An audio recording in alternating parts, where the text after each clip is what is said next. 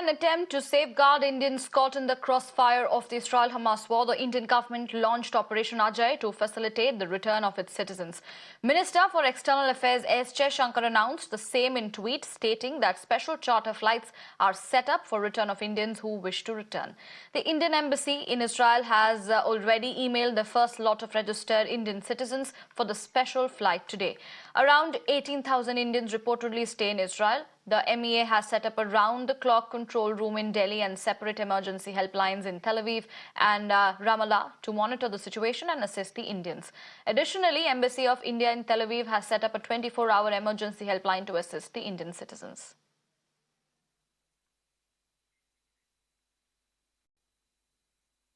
Attempts to safeguard the Indians who are caught in the crossfire of Israel-Hamas war, the Indian government has launched Operation Ajay to facilitate the return of its citizens, those who are stranded in Israel at this time of war. Minister of External Affairs S Jaishankar in a tweet has said that a special charter flight have been set up for the return of the Indians who wish to return, and the Indian embassy in Israel has already emailed the first lot of registered Indian citizens for the special flight today. Well, let me tell you, around 18,000 Indians reportedly stay in Israel, and the MEA has set up a round-the-clock control room in Delhi and a separate emergency helpline in Tel Aviv and Ramallah to monitor the situation and assist the Indians. Well, Embassy of India in Tel Aviv has set up a 24-hour emergency helpline to assist the Indian citizens.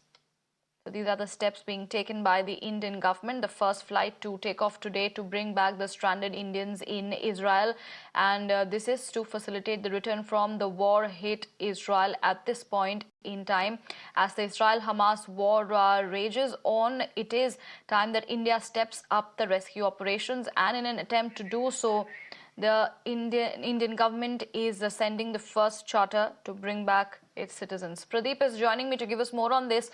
Pradeep, we know how the situation is growing tense in Israel with each passing day, and in an attempt to safeguard the Indians who are caught in the crossfire of the war, the Indian government has launched Operation Ajay to facilitate the return of its citizens. Yes, we have seen in the past also whenever their nationals have been stuck, Indian government have always made all of efforts to get them back. And this time also the Operation Ajay has been launched and the charter plane will be sent over to this place because whosoever is stuck up here, many of the students are here and many other people, so that they can be taken back home safely, because the situation, we rightly said, is getting tense with each passing day. And we have seen that so far as the attack from the Hamas side is concerned, they are continuing. Their barrage of rockets are being fired. More than 20,000 rockets have been fired during the last 6 days. The process started on last Saturday and it's continuing even till date. And we too had narrow escape on 2 or 3 occasions while we were covering. And we saw that all of a sudden the rockets just flew over our heads to land in some other area. Because trigger-happy Hamas is only hell-bent to cause maximum casualty and lead to death and destruction. That's what actually he's trying to do. But so far as the Israel is concerned, we have seen already they have started demolishing and decimating many of their hideouts in Gaza area, because their fighter jets are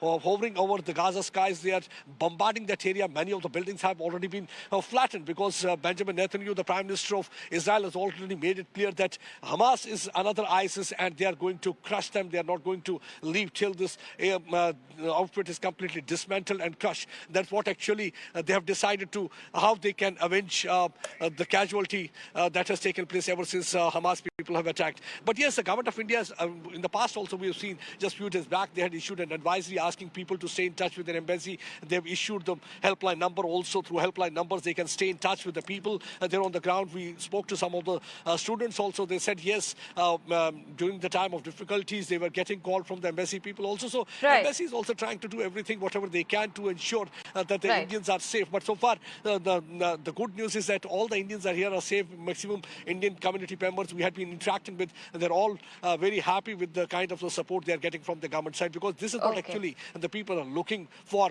whenever they are in crisis hours.